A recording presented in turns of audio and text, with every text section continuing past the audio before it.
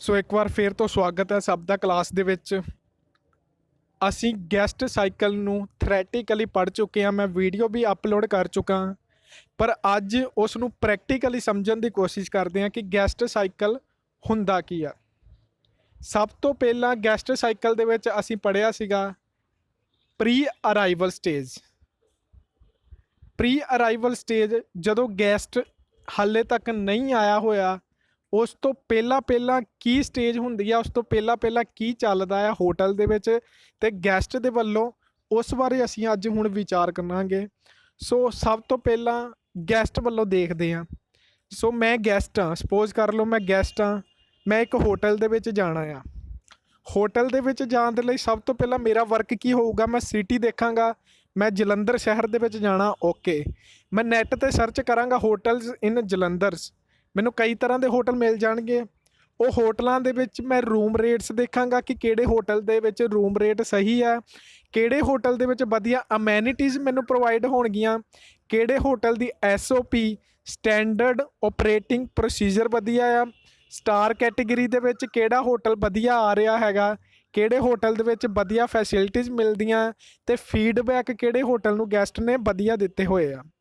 ਜਿਹੜੇ ਗੈਸਟ ਰਹਿ ਕੇ ਜਾਂਦੇ ਉਹ ਫੀਡਬੈਕ ਦਿੰਦੇ ਆ ਸਾਈਟ ਦੇ ਉੱਤੇ ਹੋਟਲ ਦੀ।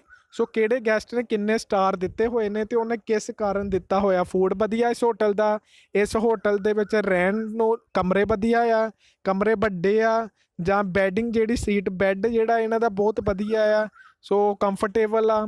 ਇਹ ਸਾਰੀਆਂ ਚੀਜ਼ਾਂ ਜਿਹੜੀਆਂ ਹੋਟਲ ਦੇ ਵਿੱਚ ਦੇਖੀਆਂ ਜਾਂਦੀਆਂ ਨੇ, ਫੈਸਿਲਿਟੀ ਸਰਵਿਸਿਜ਼, ਠੀਕ ਹੈ। ਸੋ ਮੈਂ ਇੱਕ ਗੈਸਟ ਹਾਂ, ਮੈਂ ਹੋਟਲ ਦੇ ਵਿੱਚ ਜਾਣਾ, ਮੈਂ ਸਰਚ ਕੀਤਾ, ਪ੍ਰਾਈਸ ਦੇਖਿਆ, ਇੱਕ ਹੋਟਲ ਮੈਨੂੰ ਵਧੀਆ ਮਿਲਿਆ, ਉਹਨਾਂ ਦੀ ਸਰਵਿਸ ਵੀ ਵਧੀਆ ਆ, ਉਹਨਾਂ ਦਾ ਜਿਹੜੀਆਂ ਪ੍ਰੋਵਾਈਡ ਕੀਤੀ ਜਾਂਦੀ ਆ ਮੈਨੂੰ ਹਰ ਇੱਕ ਚੀਜ਼ ਵਧੀਆ ਉਸ ਹੋਟਲ ਦੇ ਵਿੱਚ, ਠੀਕ ਹੈ। ਸਟਾਰ ਕੈਟੇਗਰੀ ਵਿੱਚ ਆਉਂਦਾ ਆ, ਟੋਪ ਹੋਟਲ ਆ, ਨੰਬਰ 1 'ਤੇ ਆ। ਫਿਰ ਮੈਂ ਕੀ ਕਰਾਂਗਾ, ਮੈਂ ਕਾਲ ਕਰਾਂਗਾ ਉਸ ਹੋਟਲ ਦੇ ਵਿੱਚ, ਉਹਨਾਂ ਦਾ ਕਸਟਮਰ ਕੇਅਰ ਨੰਬਰ ਦਿੱਤਾ ਹੁੰਦਾ ਆ, ਮੈਂ ਉੱਥੇ ਕਾਲ ਕਰਾਂਗਾ। ਅਗਰ ਮੈਂ ਇੱਕ ਬਿਜ਼ਨਸਮੈਨ ਆ, ਮੈਂ ਉਹਨਾਂ ਨੂੰ ਮੇਲ ਕਰਾਂਗਾ ਕਿ ਮੈਨੂੰ ਕਿ ਹੋਟਲ ਦਾ ਕੀ ਰੇਟ ਦੇ ਸਕਦੇ ਆ ਵਧੀਆ। ਅਗਰ ਮੈਂ ਪ੍ਰੈਫਰੈਂਸ ਮਤਲਬ ਪ੍ਰੀਫਰ ਕਰਾਂ ਕਿ ਮੈਂ ਤੁਹਾਡੇ ਹੋਟਲ 'ਚ ਹਰ ਮਹੀਨੇ ਠਹਿਰਾਂਗਾ, ਫਿਰ ਤੁਸੀਂ ਮੈਨੂੰ ਕੀ ਬੈਸਟ ਰੇਟ ਦਿਓਗੇ।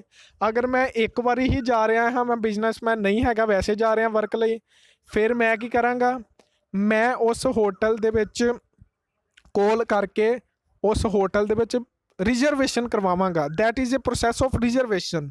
ਜਿਹੜਾ ਗੈਸਟ ਹੋਟਲ ਵਿੱਚ ਪ੍ਰੀ ਅਰਾਈਵਲ ਸਟੇਜ ਦੇ ਵਿੱਚ ਕੀ ਕਰਵਾ ਰਿਹਾ, ਰਿਜ਼ਰਵੇਸ਼ਨ ਕਰਵਾ ਰਿਹਾ ਆ।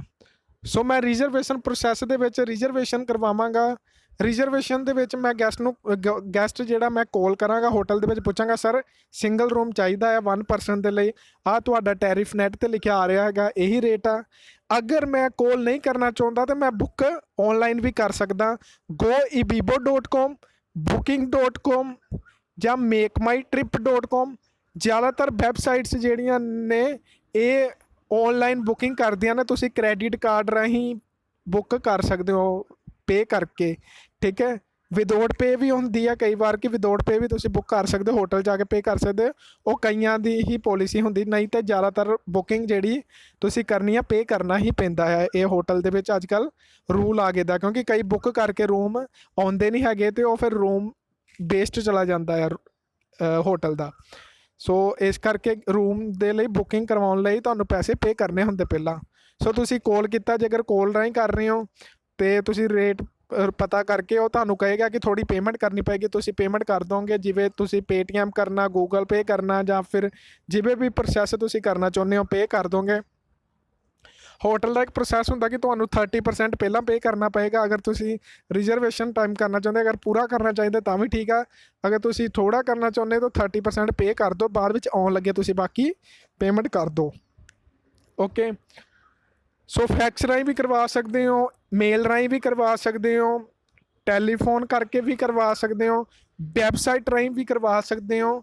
ਇਹ ਹੈਗੇ ਆ ਸੋਰਸ ਆਫ ਰਿਜ਼ਰਵੇਸ਼ਨ, ਕਿਸ ਤਰੀਕੇ ਦੇ ਨਾਲ ਤੁਸੀਂ ਰਿਜ਼ਰਵੇਸ਼ਨ ਕਰਵਾ ਰਹੇ ਹੋ। ਸੋ ਤੁਹਾਡੀ ਹੁਣ ਰਿਜ਼ਰਵੇਸ਼ਨ ਹੋ ਚੁੱਕੀ ਆ। ਰਿਜ਼ਰਵੇਸ਼ਨ ਹੋਣ ਦੇ ਬਾਅਦ ਤੁਸੀਂ ਰਿਜ਼ਰਵੇਸ਼ਨ ਵਿੱਚ ਕੀ ਚੀਜ਼ ਲਿਖਾਓਗੇ, ਡੇਟ ਆਫ ਅਰਾਈਵਲ, ਠੀਕ ਹੈ, ਤੁਹਾਡੀ ਡੇਟ ਆਫ ਡਿਪਾਰਚਰ ਕੀ ਹੈ। ਇਹ ਹੋਟਲ ਦਾ ਪ੍ਰੋਸੈਸ ਆ ਕਿ ਹੋਟਲ ਵਾਲੇ ਕੀ ਪੁੱਛਦੇ ਤੁਹਾਡੇ ਕੋਲ, your names, your date of arrival sir, your date of departure, stay ਕਿੰਨੇ ਦਿਨ ਕਰਨਾ, ਠੀਕ ਹੈ ਤੁਸੀਂ, ਇਹ ਤੁਹਾਡਾ ਕੰਟੈਕਟ ਨੰਬਰ, ਠੀਕ ਹੈ। ਇਹ ਸਾਰੀਆਂ ਚੀਜ਼ਾਂ ਉਹ ਤੁਹਾਡੇ ਕੋਲੋਂ ਪੁੱਛਦੇ ਨੇ ਜਦੋਂ ਤੁਸੀਂ ਕਾਲ ਕਰਦੇ ਨੇ। ਫਿਰ ਤੁਹਾਡੀ ਬੁਕਿੰਗ ਜਿਹੜੀ ਕਰ ਦਿੱਤੀ ਜਾਂਦੀ ਹੈ। ਤੁਹਾਡੇ ਕੋਲ ਪੇ ਲੈਣ ਤੋਂ ਬਾਅਦ ਤੁਹਾਡਾ ਰੂਮ ਜਿਹੜਾ ਬਲੋਕ ਹੋਟਲ ਵੱਲੋਂ ਕਰ ਦਿੱਤਾ ਜਾਂਦਾ। ਇਹ ਕੌਣ ਕਰਦਾ? ਇਹ ਰਿਜ਼ਰਵੇਸ਼ਨ ਡਿਪਾਰਟਮੈਂਟ ਹੋਟਲ ਦੇ ਵਿੱਚ ਹੁੰਦਾ ਆ, ਜੋ ਇਹ ਰਿਜ਼ਰਵੇਸ਼ਨ ਕਰ ਦਿੰਦਾ ਆ ਆਪਣੇ ਸਿਸਟਮ ਦੇ ਵਿੱਚ, IDS ਦੇ ਵਿੱਚ, PMS ਦੇ ਵਿੱਚ ਤੁਹਾਡਾ ਰਿਕਾਰਡ ਸ਼ਾਮਿਲ ਕਰ ਲੈਂਦਾ ਅਤੇ ਤੁਹਾਡਾ ਰੂਮ ਉਸ ਦਿਨ ਲਈ ਬਲੋਕ ਕਰ ਲੈਂਦਾ। ਕਈ ਵਾਰ ਕੀ ਹੁੰਦਾ ਆ ਰੂਮ ਦੇ ਵਿੱਚ, ਕਈ ਵਾਰ ਅਗਰ ਐਤਵਾਰ ਨੂੰ ਤੁਸੀਂ ਆਉਂਦੇ ਹੋ ਤਾਂ ਜ਼ਿਆਦਾਤਰ ਰੂਮ ਨਹੀਂ ਮਿਲਦੇ, ਉਹ ਫਿਰ ਤੁਹਾਨੂੰ ਵੇਟ ਲਿਸਟ ਵਿੱਚ ਪਾ ਦਿੰਦੇ। ਅਗਰ ਤੁਹਾਨੂੰ ਸਪੋਜ਼ ਕਰੋ 24 ਮਈ ਨੂੰ ਰੂਮ ਚਾਹੀਦਾ, 24 ਮਈ ਨੂੰ ਸਪੋਜ਼ ਕਰੋ ਐਤਵਾਰ ਆ, ਉਸ ਦਿਨ ਕੋਈ ਰੂਮ ਨਹੀਂ ਫ੍ਰੀ ਹੈਗਾ। ਸੋ ਉਸ ਦਿਨ ਉਹ ਤੁਹਾਨੂੰ ਰੂਮ ਬੁੱਕ ਤੇ ਕਰ ਲੈਣਗੇ ਕਿ ਸਰ ਤੁਹਾਨੂੰ ਵੇਟ ਲਿਸਟ ਵਿੱਚ ਜਾਣਾ ਪੈਣਾ, ਬਿਕੋਜ਼ ਹਾਲੇ ਤੱਕ ਬੁਕਿੰਗ ਨਹੀਂ ਹੈਗੀ। ਅਗਰ ਉੱਥੇ ਕਿਸੇ ਨੇ ਵੈਸੇ ਬੁੱਕ ਕਰਾਏ ਹੋਏ ਰੂਮ, ਅਗਰ ਕਨਫਰਮਡ ਨਹੀਂ ਬੁੱਕ ਹੈਗੇ ਰੂਮ ਕਿਸੇ ਦੇ, ਫਿਰ ਤੁਸੀਂ ਉਹਨੂੰ ਵੇਟ ਲਿਸਟ ਵਿੱਚ ਕਰਵਾ ਸਕਦੇ ਹੋ। ਅਗਰ ਕਨਫਰਮਡ ਬੁਕਿੰਗ ਆ, ਮਤਲਬ ਸਾਰਿਆਂ ਨੇ ਪੈਸੇ ਦਿੱਤੇ ਹੋਏ, ਫਿਰ ਤੁਸੀਂ ਸੋਰੀ ਸਰ ਤੁਹਾਡਾ ਕਿਸੇ ਹੋਰ ਹੋਟਲ ਦੇ ਵਿੱਚ ਅਸੀਂ ਕਰਵਾ ਸਕਦੇ ਹਾਂ ਐਡਜਸਟਮੈਂਟ, ਇਸ ਹੋਟਲ ਦੇ ਵਿੱਚ ਰੂਮ ਅਵੇਲੇਬਲ ਨਹੀਂ ਹੈਗੇ। ਉਸ ਨੂੰ ਫੀਲ ਵੀ ਨਹੀਂ ਹੋਣ ਦੇਣਾ ਕਿ ਨਹੀਂ ਸਰ ਹੈ ਨਹੀਂ ਰੂਮ, ਉਸ ਨੂੰ ਕਿਸੇ ਹੋਰ ਹੋਟਲ ਵਿੱਚ ਟਰਾਂਸਫਰ ਕਰਨ ਦੇ ਲਈ ਪ੍ਰੈਫਰ ਕਰਨਾ ਕਿ ਤੁਹਾਡੇ ਹੋਟਲ ਦੀ ਵੀ ਇੱਜ਼ਤ ਬਣੀ ਰਹੇ। ਓਕੇ, ਇਹ ਸੀਗਾ। ਚਲੋ ਆਏ ਹੋਟਲ ਦੇ ਵਿੱਚ, ਹੁਣ ਕਾਲ ਕੀਤੀ, ਰਿਜ਼ਰਵੇਸ਼ਨ ਹੋ ਚੁੱਕੀ ਆ। ਗਰੰਟਡ ਰਿਜ਼ਰਵੇਸ਼ਨ ਆ, ਨੋਨ ਗਰੰਟਡ ਰਿਜ਼ਰਵੇਸ਼ਨ ਆ, ਟੈਂਟਿਵ ਰਿਜ਼ਰਵੇਸ਼ਨ, 3 ਤਰ੍ਹਾਂ ਦੀ ਰਿਜ਼ਰਵੇਸ਼ਨ ਹੁੰਦੀ ਆ। ਪੈਸੇ ਦਿੱਤੇ ਆ, ਗਰੰਟਡ ਆ। ਨੋਨ ਗਰੰਟਡ ਤੁਸੀਂ ਪੇ ਨਹੀਂ ਕੀਤਾ ਹੈਗਾ, ਉਹਨੂੰ ਨੋਨ ਗਰੰਟਡ ਰਿਜ਼ਰਵੇਸ਼ਨ ਕਹਿੰਦੇ ਆ। ਸੋ ਸੈਕਿੰਡ ਸਟੈਪ ਹੋ ਗਿਆ, ਹੁਣ ਤੁਹਾਡਾ ਟਾਈਮ ਆ ਗਿਆ ਆਉਣ ਦਾ, ਅਰਾਈਵਲ ਡੇਟ ਆ ਗਈ। ਹੁਣ ਤੁਸੀਂ ਕੀ ਕਰੋਗੇ? ਆਏ ਹੋ, ਵੈਲਟ ਨੇ ਤੁਹਾਡੀ ਕਾਰ ਪਾਰਕਿੰਗ ਕੀਤੀ ਆ, ਅੰਦਰ ਆਏ ਹੋ, ਗੇਟਮੈਨ ਨੇ ਗੇਟ ਖੋਲ੍ਹਿਆ, ਆ ਗਏ ਤੁਸੀਂ। ਆ ਕੇ ਉੱਥੇ ਜਿਹੜਾ ਅਟੈਂਡੈਂਟ ਖੜਾ ਹੁੰਦਾ ਆ, ਠੀਕ ਹੈ, ਜਿਹੜਾ ਤੁਹਾਨੂੰ ਰੂਮ ਦਿੰਦਾ ਆ, ਠੀਕ ਹੈ, ਜੋ ਰੂਮ ਪ੍ਰੋਵਾਈਡ ਕਰਦਾ ਆ, ਹੁਣ ਉਹ ਉੱਥੇ ਖੜਾ ਹੋਏਗਾ, ਠੀਕ ਹੈ। ਸੋ ਉਹ ਕੀ ਕਰੂਗਾ? ਉਹਨੇ ਤੁਸੀਂ ਉਹਨੂੰ ਜਾ ਕੇ ਪੁੱਛਣਾ ਹੈ ਕਿ ਮੈਂ ਬੁਕਿੰਗ ਕਰਵਾਈ ਸੀਗੀ, ਇੰਨੀ ਤਰੀਕ ਨੂੰ ਮੈਂ ਬੁਕਿੰਗ ਕਰਵਾਈ ਸੀਗੀ, ਠੀਕ ਹੈ। ਸੋ ਮੈਨੂੰ ਰੂਮ ਜਿਹੜਾ ਆ ਇਹ ਪ੍ਰੋਵਾਈਡ ਹੋਇਆ। ਉਹ ਕਹੂਗਾ excuse me sir, just wait for a second, let me check. ਉਹ ਆਪਣੇ IDS ਵਿੱਚ ਰਿਜ਼ਰਵੇਸ਼ਨ ਦੇ ਵਿੱਚ ਚੈੱਕ ਕਰੂਗਾ, sir you are good name, okay sir. ਜਾਂ ਫਿਰ ਤੁਹਾਨੂੰ ਜਿਹੜਾ ਮੈਸੇਜ ਆਇਆ ਹੋਏਗਾ, ਤੁਸੀਂ ਉਹ ਮੈਸੇਜ ਦਿਖਾਓਗੇ, ਉਹਦੇ ਵਿੱਚ ਤੁਹਾਨੂੰ ਇੱਕ ID ਮਿਲੀ ਹੋਏਗੀ, ਇੱਕ ਕੋਡ ਮਿਲਿਆ ਹੁੰਦਾ, ਜਿਹੜਾ ਰਿਜ਼ਰਵੇਸ਼ਨ ਕੋਡ ਹੁੰਦਾ, ਤੁਸੀਂ ਉਹ ਦਿਖਾਓਗੇ, ਉੱਤੋਂ ਤੁਹਾਡਾ ਕਨਫਰਮ ਕਰ ਦੇਗਾ ਕਿ ਹਾਂ sir yes your booking is confirmed, ਠੀਕ ਹੈ, you have a booking with us. ਉਹ ਫਿਰ ਤੁਸੀਂ ਆਪਣਾ ਉਹ ਕਹੇਗਾ ਕਿ ਤੁਸੀਂ ਆਪਣਾ ਕੋਈ ਪ੍ਰੂਫ ਦਿਓ, ਤੁਹਾਨੂੰ ਕੋਈ ਆਪਣਾ ID ਕਾਰਡ ਦੇਣਾ ਹੋਵੇਗਾ। ਅਗਰ ਤੁਸੀਂ ਬਾਹਰੋਂ ਆਏ ਹੋ, ਫਿਰ ਤੁਹਾਡਾ C ਫਾਰਮ ਵੀ ਭਰਾਉਂਦਾ ਹੈ, ਤੁਹਾਡੀ ਫੋਟੋ ਵੀ ਕਲਿੱਕ ਹੁੰਦੀ ਆ। ਅਗਰ ਉਹ ਪਾਸਪੋਰਟ ਤੇ ਵੀਜ਼ਾ ਚਾਹੀਦਾ ਹੁੰਦਾ, ਅਗਰ ਤੁਸੀਂ ਇੰਡੀਅਨ ਹੋ, ਡੋਮੈਸਟਿਕ ਹੋ, ਫਿਰ ਤੁਹਾਡਾ ਆਧਾਰ ਕਾਰਡ ਵੀ ਚੱਲੂਗਾ, ਤੁਹਾਡਾ DL ਵੀ, ਡਰਾਈਵਿੰਗ ਲਾਇਸੈਂਸ ਵੀ ਚੱਲ ਪਊਗਾ, ਠੀਕ ਹੈ। ਪੈਨ ਕਾਰਡ ਨਹੀਂ ਚੱਲਦਾ, ਬਿਕੋਜ਼ ਪੈਨ ਕਾਰਡ ਤੇ ਐਡਰੈਸ ਨਹੀਂ ਹੁੰਦਾ, ਇਸ ਕਰਕੇ ਪੈਨ ਕਾਰਡ ਹੋਟਲ ਦੇ ਵਿੱਚ ਨਹੀਂ ਲੈਂਦੇ ਹੈਗੇ। DL ਚੱਲ ਸਕਦਾ ਹੈ, ਆਧਾਰ ਕਾਰਡ, ਵੋਟਰ ਕਾਰਡ ਚੱਲ ਸਕਦਾ ਹੈ। ਸੋ ਉਸ ਤੋਂ ਬਾਅਦ ਤੁਸੀਂ ਆ ਗਏ ਹੋ ਹੁਣ ਹੋਟਲ ਦੇ ਵਿੱਚ। ਹੋਟਲ ਦੇ ਵਿੱਚ ਆਉਣ ਦੇ ਬਾਅਦ ਰੂਮ ਲੈ ਲਿਆ ਤੁਸੀਂ।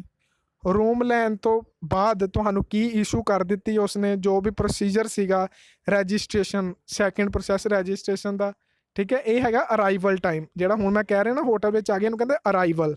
ਪ੍ਰੀ ਅਰਾਈਵਲ ਤੋਂ ਬਾਅਦ ਸੈਕਿੰਡ ਸਟੇਜ ਸੀਗੀ ਅਰਾਈਵਲ। ਆਏ ਹੋ, ਰਜਿਸਟ੍ਰੇਸ਼ਨ ਪ੍ਰੋਸੈਸ ਹੁੰਦੀ ਆ, ਠੀਕ ਹੈ। ਓਕੇ, ਗੈਸਟ ਲੱਗੇਜ ਹੈਂਡਲਿੰਗ ਹੁੰਦੀ ਆ, ਤੁਹਾਡਾ ਲੱਗੇਜ ਬੈਲ ਬੁਆਏ ਲੈ ਕੇ ਆਉਂਦਾ। ਜਦੋਂ ਤੁਹਾਡੀ ਕਾਰ ਆਉਂਦੀ ਆ, ਤੁਸੀਂ ਕਹਿੰਦੇ ਲੱਗੇਜ, ਸੋ ਲੱਗੇਜ ਤੁਹਾਡਾ ਬੈਲ ਬੁਆਏ ਰਿਸੈਪਸ਼ਨ 'ਤੇ ਲੈ ਕੇ ਆਉਂਦਾ, ਜਿੱਥੇ ਤੁਹਾਡਾ ਰਜਿਸਟ੍ਰੇਸ਼ਨ ਦਾ ਪ੍ਰੋਸੈਸ ਚੱਲਦਾ ਆ।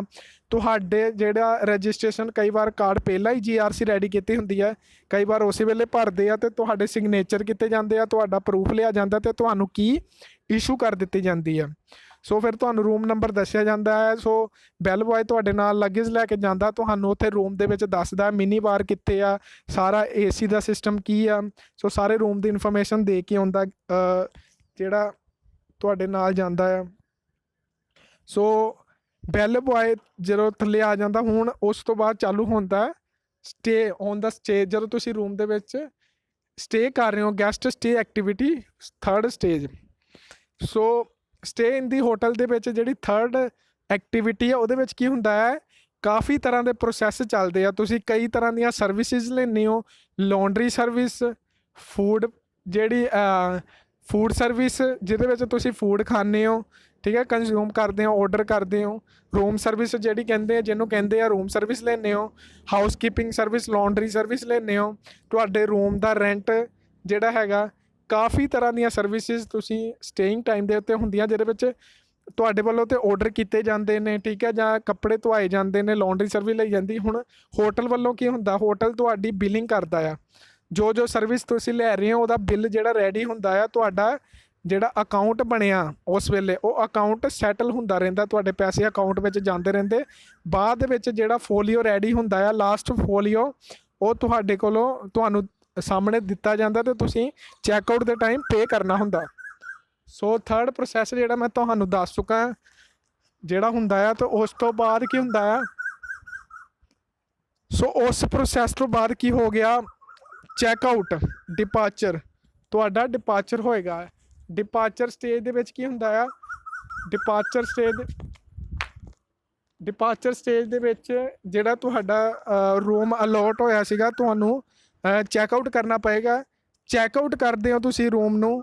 ਚੈੱਕਆਊਟ ਕਰਨ ਵੇਲੇ ਕੀ ਹੁੰਦਾ ਆ, ਤੁਸੀਂ ਰੂਮ ਜਿਹੜਾ ਲੱਗੇਜ ਤੁਹਾਡਾ ਆ ਉਹ ਥੱਲੇ ਲੈ ਕੇ ਆਉਂਦਾ ਆ। ਬੈਲ ਬॉय ਨੂੰ ਕਾਲ ਕੀਤੀ ਜਾਂਦੀ ਕਿ ਮੈਂ ਚੈੱਕਆਊਟ ਕਰਨ ਲੱਗਾ। ਹੇਠਾਂ ਤੁਹਾਡਾ ਬਿਲਿੰਗ ਹੁੰਦੀ ਆ, ਫੋਲੀਓ ਜਿਹੜਾ ਤੁਹਾਡਾ ਉਹ ਨਿਕਲਿਆ ਹੁੰਦਾ, ਤੁਸੀਂ ਪੇਮੈਂਟ ਕਰਦੇ ਹੋ। ਪੇਮੈਂਟ ਕਰਨ ਤੋਂ ਬਾਅਦ ਤੁਹਾਨੂੰ ਡਿਪਾਰਚਰ ਕਰ ਦਿੱਤਾ ਜਾਂਦਾ। ਤੇ ਆਫਟਰ ਡਿਪਾਰਚਰ ਤੁਹਾਡੀ ਹਿਸਟਰੀ ਜਿਹੜੀ ਮੇਨਟੇਨ ਕੀਤੀ ਜਾਂਦੀ ਹੈ ਸੇਲਜ਼ ਐਂਡ ਡਿਪਾਰਟਮੈਂਟ ਨੂੰ ਦੇਣ ਦੇ ਲਈ, ਠੀਕ ਹੈ, ਜਿਹਦੇ ਵਿੱਚ ਤੁਹਾਨੂੰ ਕਾਲਿੰਗ ਵੀ ਆਉਂਦੀ ਆ, ਮੇਲਸ ਵੀ ਆਉਂਦੀਆਂ ਹੋਟਲ ਵੱਲੋਂ। ਅਗਰ ਕੋਈ ਵੀ ਫੰਕਸ਼ਨ ਹੁੰਦਾ ਜਾਂ ਫਿਰ ਕੋਈ ਤੁਹਾਨੂੰ ਦਿੱਤਾ ਜਾਂਦਾ ਆ, ਬੈਨੀਫਿਟ ਦਿੱਤਾ ਜਾਂਦਾ ਕਿ ਤੁਹਾਨੂੰ ਅੱਜ ਡਿਸਕਾਊਂਟਡ ਰੇਟ ਦਿੰਦੇ ਆ।